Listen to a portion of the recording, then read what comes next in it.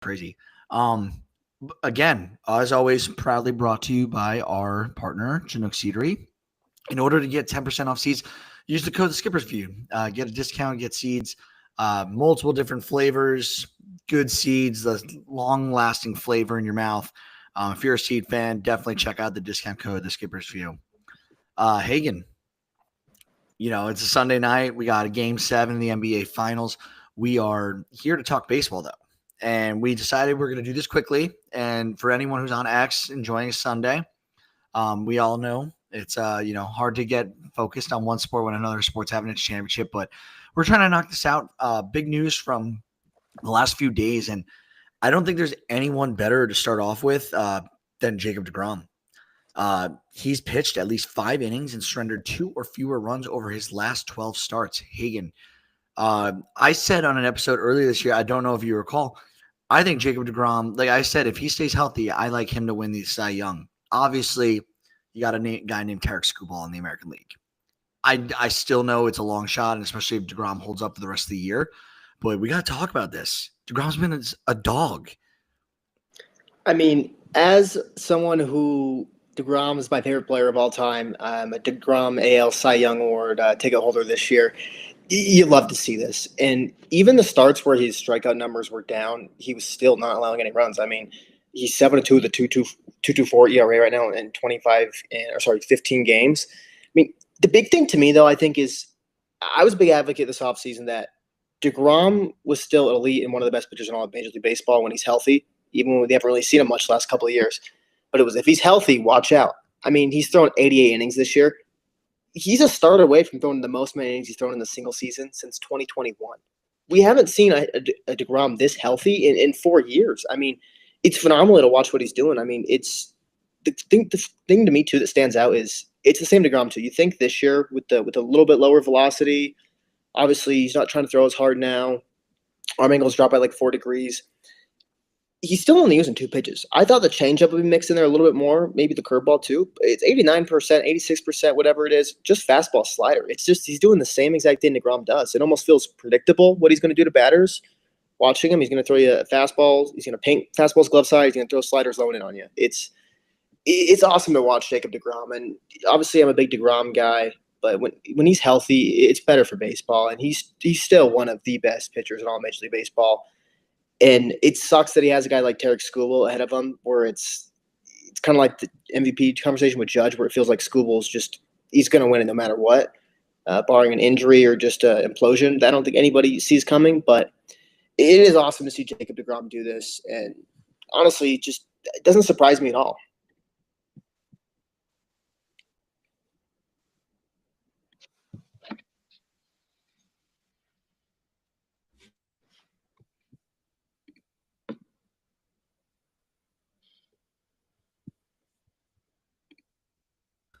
Sorry. No, you're good. I guess Brett hopped out of here for a second, so let's go on to the next thing. Some Mets news. Juan Soto had his third 2-run homer game of the year this season on yesterday. That's his 26th in his career already. This ties Hall of Famer Jimmy Fox for the most ever by a player before turning 27 years old, according to MLB.com. He turns 27 on October 25th, so he has the full year still.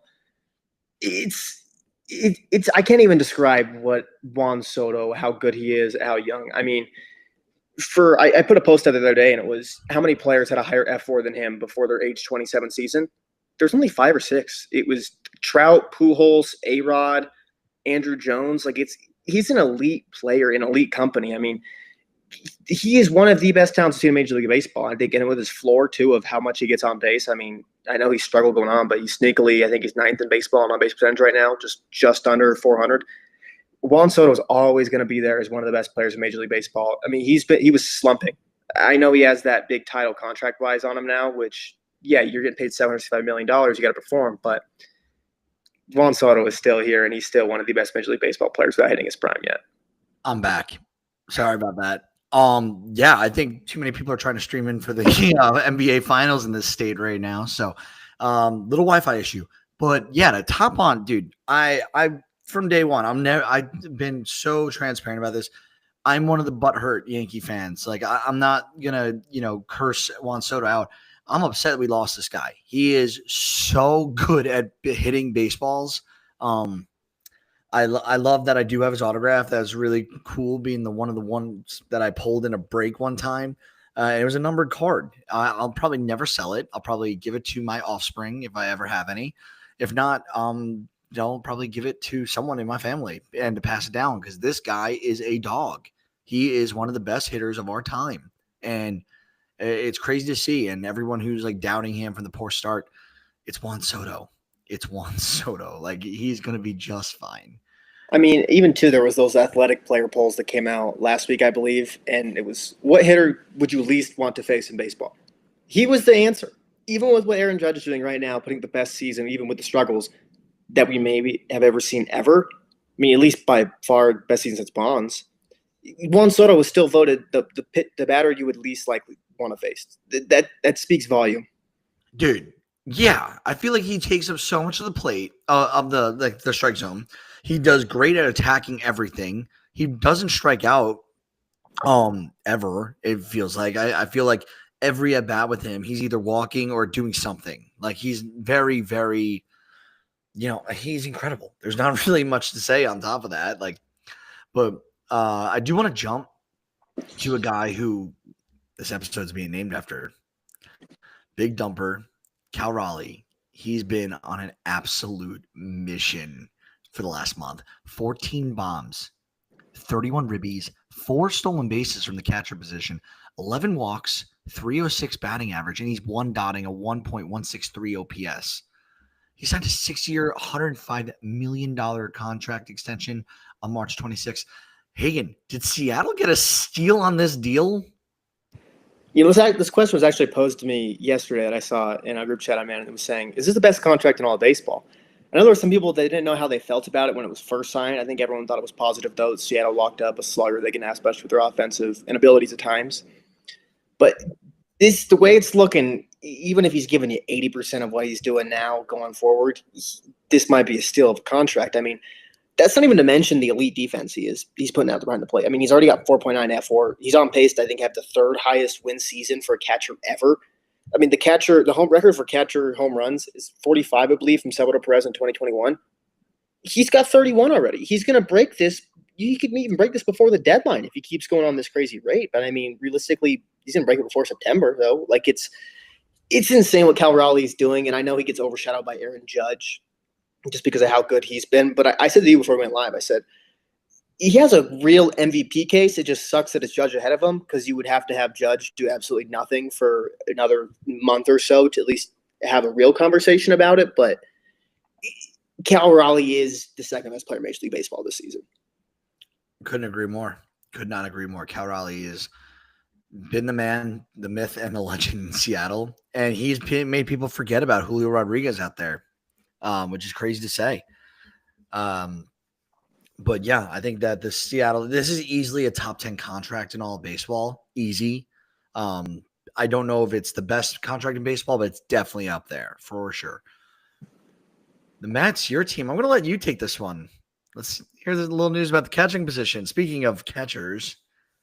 Yeah, so Francisco Alvarez, the 23-year-old future superstar that a lot of Mets fans labeled him as, Francisco Alvarez, he just got sent down this morning. And this comes off, obviously, a day he had a home run last night, so it felt like some funny timing there. But he's been bad for not even just this season, since really his rookie year where he hit 25 home runs, the second most ever by a catcher under the age of 21, I believe. It sucks to see this because he seemed like he was the first true Mets catcher, best Mets catcher that we were going to have since Mike Piazza. And he just really hasn't – he put up 25 home runs, and the power hasn't really been there since then. And last year it was like, okay, yeah, the power's not there, a little below average hitter, but he was playing phenomenal defense. The way he was handling the staff at 21, 22 years old was crazy. I mean, just the ERA splits last year was almost a full run difference last year between him and Luis Torrens when he was on the team. So, and this year, the defense hasn't really been there. I know the framing he was one of the best in the league last year, and he took pride in that. And this year, he's, I think, 7th percentile in framing this year. It's just weird to see all around. I mean, offensively, too, it feels like there's such an easy game plan to attack him. I mean, he can't hit a slider low and away to save his life at this point. He's not catching up to the fastballs up and in. It just feels like you're just hitting the corners against him, and you just have a game plan. And then when he does get contact, I mean, he hit the hardest hit ball of his career came this year, so it's the power still there, just not in the home run output wise. But it sucks to see. But I think ultimately this was the right decision to do because obviously it's been a year and a half now, 2 years that he's been struggling. So he hasn't been able to fix it at the major league level. I think you had to send him down to the minor leagues, let him figure it out, maybe come back in 2, 3, 4 weeks, and then see how he looks then.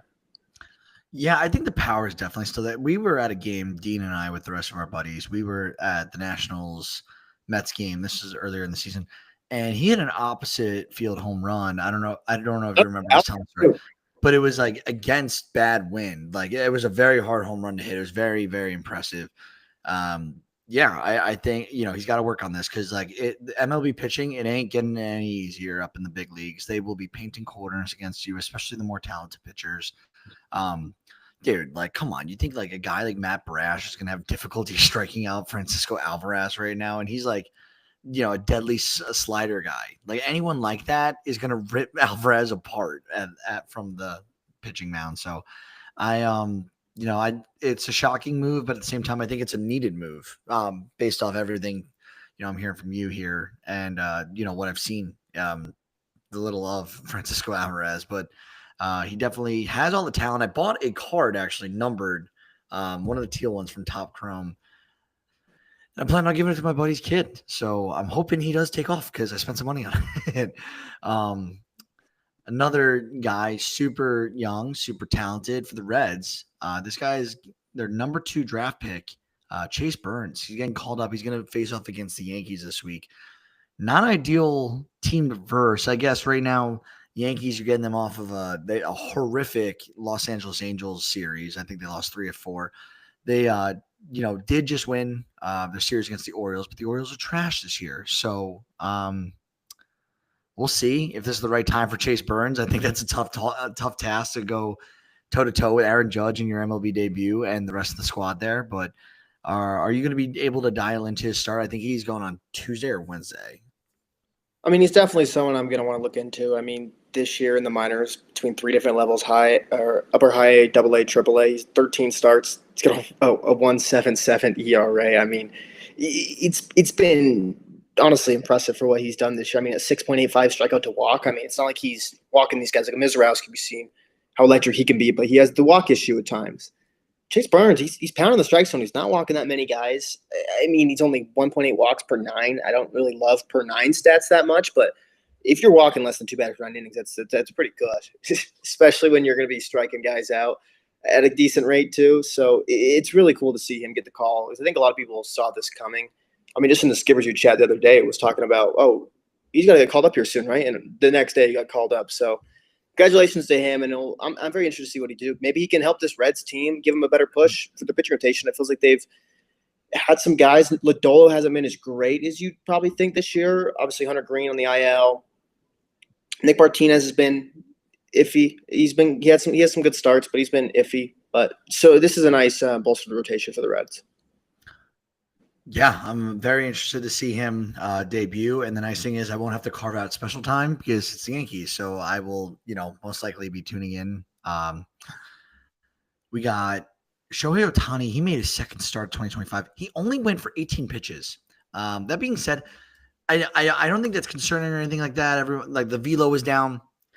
This guy's rehabbing. They're letting him go appearance by appearance. I have no issue with this. I know there's probably people crazy hot takes about this, but hey, maybe you're one of those people. Do you have a crazy hot take about Ohtani going from 28 to 18 pitches and start number 2? No, I don't really. I mean, we know the Dodgers. I know this is a whole long-term goal thing, but we know the Dodgers too. Like, if they like the matchups in the second inning, whatever. I know the hardest matchups are going to be in the first inning, but I think it's not something you should really care too much about. Like, it shouldn't be this. Oh, what happened when he went down pitch count? I mean, I was obviously surprised. I thought he was going to try to go more towards the 35 range. Is probably what I assumed more, but so it did surprise me. But I don't think it's anything to have a big takeaway about. Yeah. But it's Ohtani, so we're going to talk about it. We are going to talk about it. You actually mentioned him before we go into a quick standings review.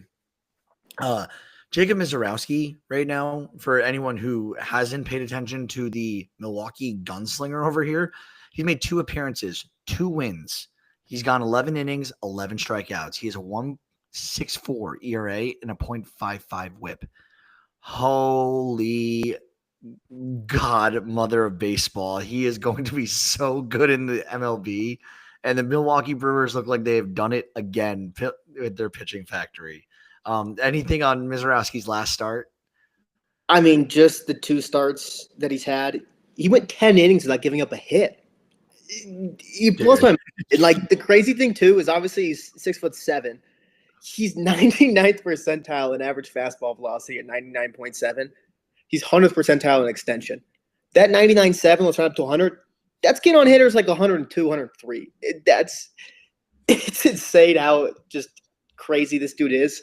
He's gonna be one of those dudes where it's just you're tuning in. He's gonna be dudes always on pitching engine. I mean, he already had the one against Willie Castro. He literally made him spin down to his knees and fall on his ass, and it was awesome to see. I mean, and he's 23 years old. I mean, I know the walks are the issue from what I've seen is he can do this, and he go out the next start and walk 6 guys. So if he doesn't walk anybody, even if he walks 3 per 9, I think he'd be like a Blake Snell where it's just you're so good where I don't really care if you're walking 3, 4 guys a 9, you're going to limit runs. Yeah. Dude, he's a dog. Love to see that. Love to see that from Jacob Mizorowski. Also, I wanted to quickly point out, now we don't have to do, hey, last 3 starts, 2 wins, 2 quality starts, and he had another game, 5 innings, 5, he didn't go 6, 5 strikeouts in that outing with a 3.6 ERA. Sandy Alcantara, he's got 3 quality starts in his last 4 games. He's got 2 wins. It's looking more and more like Sandy's building up. And if that happens, we know, and this will be what we transition to the trade deadline here. Is Sandy, I know he's not back. I'm not going to say he's back. That's crazy. But he is looking better and better each and every start he makes right now. I think the Marlins are going to actually end up selling Sandy at the deadline. I do. I don't think they're going to hold him. I think 2 years of value done with Tommy John. He's like starting to rack up wins and quality starts again. It's like, dude, tell me an owner who's like not chomping at the bits for a playoff run to go get Sandy Alcantara for 2 more years. I mean, that's the thing too. It's not like he's just a rental where it's you're taking a risk on him where it's okay, he's only had 3 starts here. They're going good. Maybe get 5 more. Let's say he gets 7 to 8 good starts. He's going to have under his belt. They're getting him for another 2 years after this at honestly for pretty much close to market value for a starting pitcher for agency wise. Now Frankie Montas got $17-18 million and Sandy's I think earning 21. So he's a great contract as well. And I think teams know, like it's obviously want to say, oh, it's not Sandy's, but teams know that he's coming off of Tommy John surgery and it takes guys a while. The velo's been there all year. The control seems like it's starting to get there a little bit more, which is the last thing to come when you're coming off of Tommy John surgery. It's not like it just can be there right away. I mean, you haven't thrown in 12, 14 months. So I'm with you too. I do think he gets moved, especially to the deadline where we just see there's going to be the teams, the value is so much more. I mean, there's not that many sellers at the deadline now with the new format. So many teams are buying. And how many other like guys can be an ace that are available at the deadline? I mean, the Marlins are going to get a lot of value out of this guy if he puts together another 5 good starts. Do you think he'll have time for 5 more starts before the deadline? How many weeks is it? 5 weeks away? Yeah, probably will. He'll have close to it. But yeah, if he has even 4 great starts, like they're going to be able to sell the hell out of this guy. Even if he gives you 4 starts and 3 runs and 6 innings, like I think it's still enough. Yeah, I agree. I'm at the risk of not losing me again from this live feed on our, Twitter account or X. Sorry. We got to run through the standings real quick. I'm not going to show them, but we will talk real quickly. And then I want to talk about one last segment. Who's going to be the biggest dealer at the deadline? So Hagen and I will go through that. Let's quickly run through the standings. So American League East, Yankees still have a 2.5 game lead on the Rays. Toronto falling behind the Rays at 4 games compared to 2.5. And then Boston 6 games back. They're 1 game above 500. Boston, I don't get it. I don't, and obviously they just moved Devers and it's like, let's see how this plays out. But I we'll see what happens with Boston. I'm not really confident anymore as I was earlier in the season.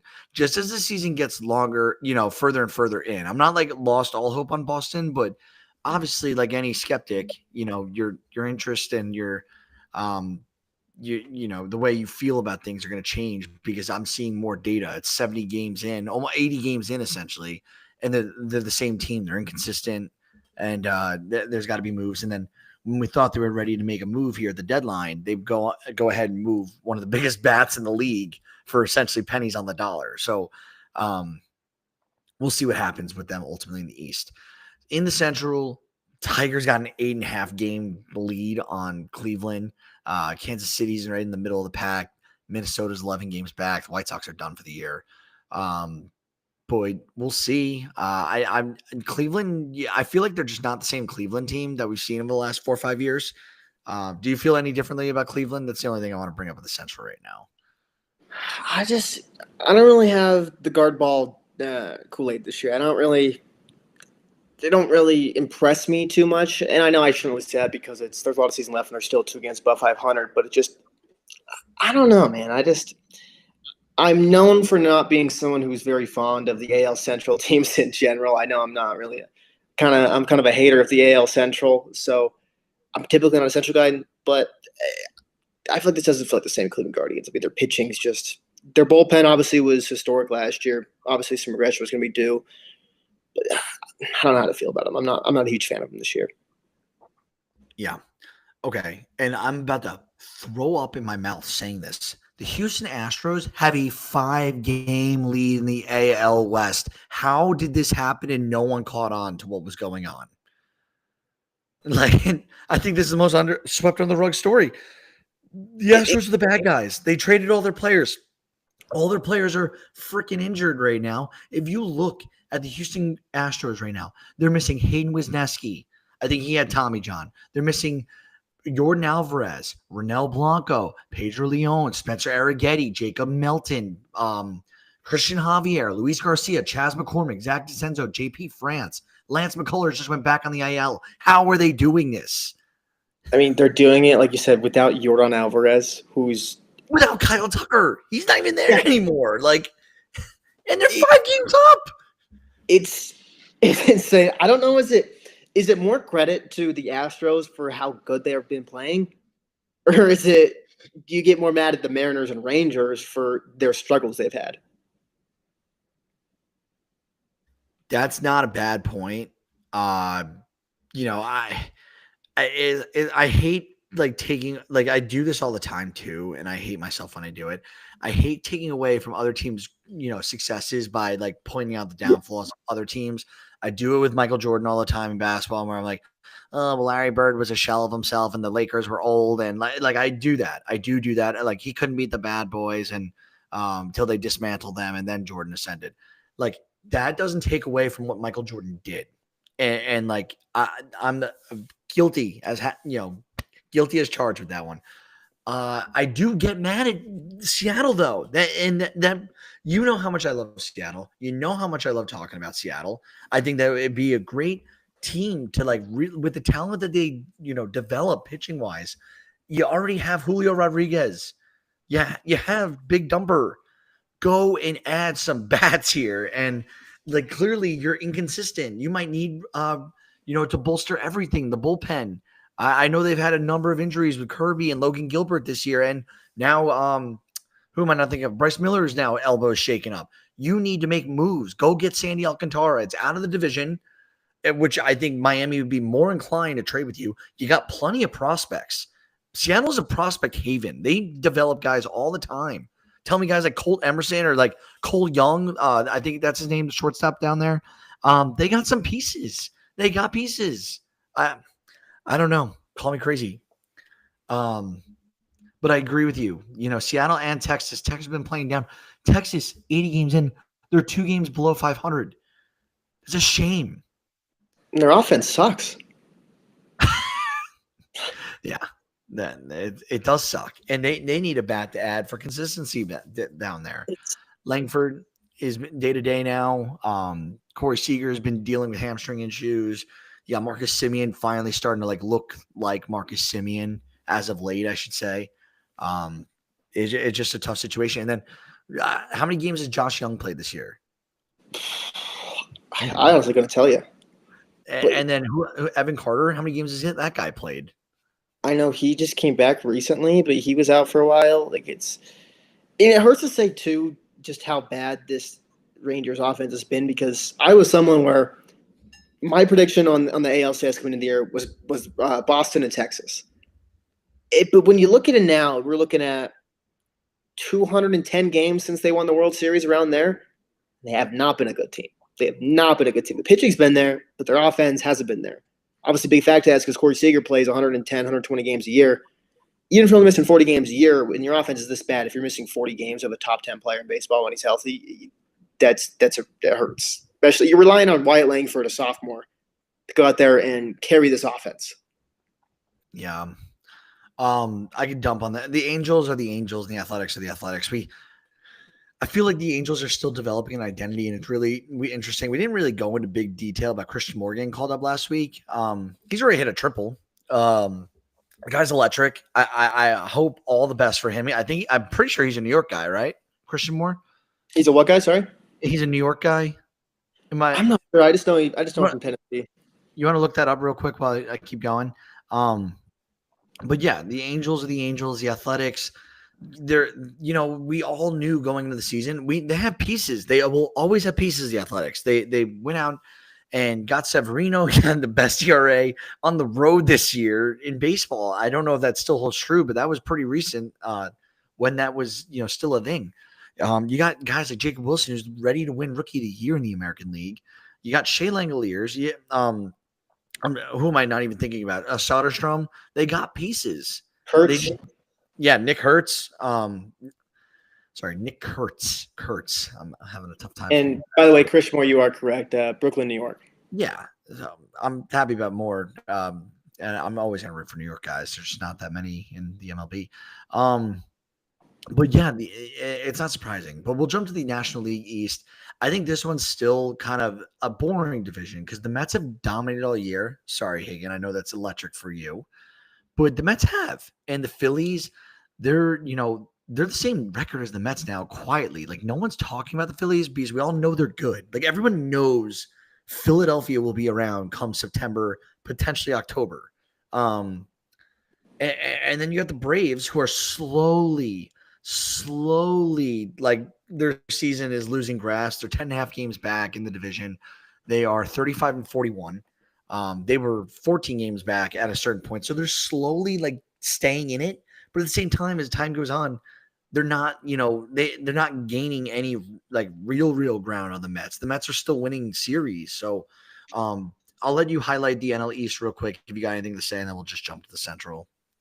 I mean, it got a whole lot more interesting just this past week. I mean, the Mets had a 5-game lead that I think vanished in 5 days when they lost 7 straight, with 5 of those coming against the Phillies and the Braves. And the Mets obviously playing the Phillies again right now, a 0-0 game in the 4th inning. And after this game, winner will have the division right now. And the Mets play the Braves for another 4 games. So this NL East has gotten a lot more enticing to me because right now the Phillies and the Braves are 2 of the hottest teams of baseball, and the Mets have been the worst team in baseball last week. So it's gone really enticing, and the Braves, they're creeping up there. I mean, I think I said last episode 2 weeks ago maybe, I was done with the Atlanta Braves as a team that I picked to win the World Series. I said I was done with them, and then it seems like since that point, the Braves seem to be winning every single day, and it seems like that's already coming back to haunt me a little bit. But it's still a big comeback they got to make. Yeah, definitely. It's intriguing. It's just like, to me, I don't know. I use the word boring. I probably shouldn't use the word boring. It's more of just, it's a lot of the same. The Marlins are just out of it. Like, it's like, really the big thing about the Marlins, like, who they trade Sandy to. The Nationals, it's like, hey, they got intriguing pieces, and James Wood's a great story. Mackenzie Gore, like, they got dudes, but it's like, it's not their year. So it's really hard to be excited about a team where you just know it's not their year and they're not going to treat it as such. We'll jump to the Central real quick. The Cubbies are still in first. You got the Brewers now 3.5 games back, getting there, knocking on the Cubs' door. I think the Brewers are like the most intriguing team of the season so far. I love the Brew Crew. I'm big on them. The Cardinals are still lingering. They're 4.5 games back. They're in the middle of the pack. The Reds 2 games above 500. They're still lingering as well as they're only 6.5 games back. Not an impossible ditch to dig yourself out of. Pirates are done. They're 16 games back. That they're not going to trade Paul Skeens, but the question is what from here? What from here for the Pirates? And then anything on the Central actually before I jump to the West, because I do want to talk about the West a little bit. I think just the Cardinals. You got to give them their flowers for being 42 and 36. I mean, I don't think anybody saw them being this. I know they were kind of a team that everyone thought they weren't going to be bad. They weren't going to be good though. And I mean, it's been an interesting thing because everyone thought they were going to blow it up at the deadline. They still could, but it's an interesting discussion now on what they're going to do with the deadline coming up. In those next few weeks, we'll decide that. Yeah, definitely. Cardinals are definitely better than we thought, and they signed one guy, Phil Maton, For I think like $1 million max in the offseason. So, and he was good. He's been good. So good to them. There's a one and done. In the West, you got the Dodgers 3.5 games up on the Giants, who now have Rafael Devers. You got San Diego Padres, who are 5 games back. Diamondbacks are still lingering. They're 1 game above 500. They're 8 games back, and the Rockies are 29.5 games back before the All-Star break, which is insane. I don't want to overtalk the Dodgers here. Clearly, they're trying to get Ohtani back into this rotation full time due to all the injuries. Now that we know where kind of everyone stands, top to bottom, Hagen, I'm going to pose the question: who is the biggest dealer at the trade deadline? And this is how we'll close out the show. I'll give my opinion. You give yours.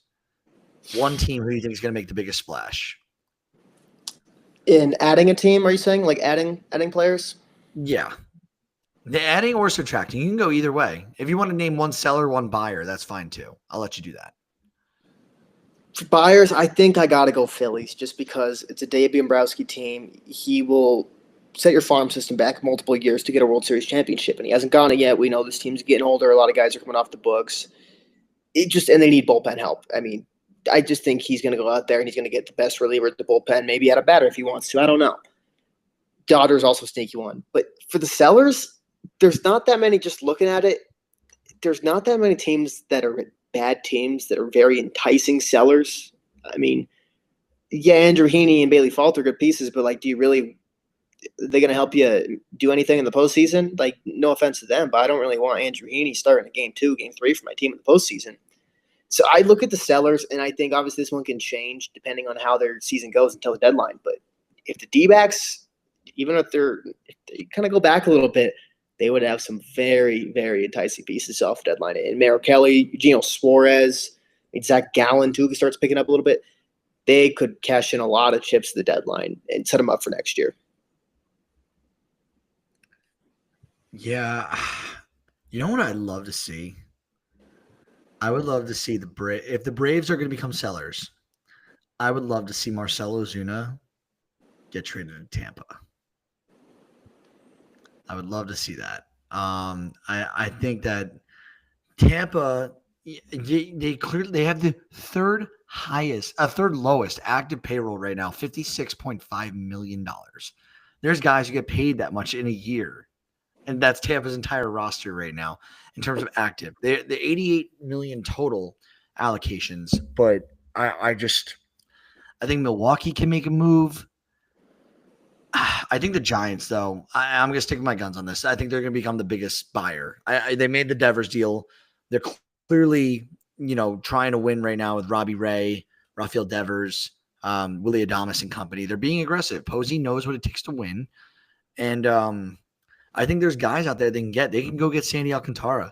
They have a few prospects. I think that they can also go get a few more bats, maybe a few more relievers. Like, it's not – I think getting relievers at the deadline is like – I'm not going to say it's easy, but it's one of the easier things to do is like bolster your bullpen. So if they bolster the bullpen, add a starter, get another bat, who's to say the Giants can't take down the Dodgers in a wild card series of some sort or a divisional series, especially if the Dodgers are still a little banged up at that point. It's baseball. Why would the Giants not go for it when they're only 3.5 games back right now? I mean, I totally agree with the Giants because I think Buster Posey's shown that I don't care how contracts are going to look 6 years down the road. I want to win now. I have a team that's very good and could do damage right now. I'm going to go out there and buy. But, dude, I think the Dodgers could also just see the Giants doing that. And just like you said last episode, just hold my beer, man. I mean, dude, their farm system's ridiculous. They can trade anybody. They probably have the most capital of any team you can argue to go trade for, and they're the best roster assembled in Major League Baseball history when they're all healthy. I mean, dude, they could go get Sandy and anybody. They can go with the price jewel on the market and it wouldn't hurt their farm system. The Giants are 10th in total payroll. They're 195 million. They come in just under 200 million. They're the last team that's under 200 million. Everyone else above them in the rankings is above it. Like they could find money. They could find money too to be creative. I'm not saying they have a shit ton of money. Like the Dodgers payroll this year is 338 million. That's insane. That's just before the luxury tax too. I mean, once you get into luxury tax, what the tax are paying, the Dodgers are like 440, 420. The Dodgers have $90 million in injured payroll right now. That's less than the last couple times we've done the podcast. That's insane. We've been going 36 minutes. NBA finals are happening. I won't talk about basketball again on this podcast. Go visit the website. We got some blogs coming out. Outside of that, Hagen, any last notes before we drop? Sneakily, Jerkson Profar is back for the Braves in 9 days. Hit 2 home runs yesterday in the minor leagues, so reinforce it for the Braves. Won't be ready for the postseason, but could help him out there. Yeah, what was he out for? PEDs. All right. I have my fun. All right. Bye.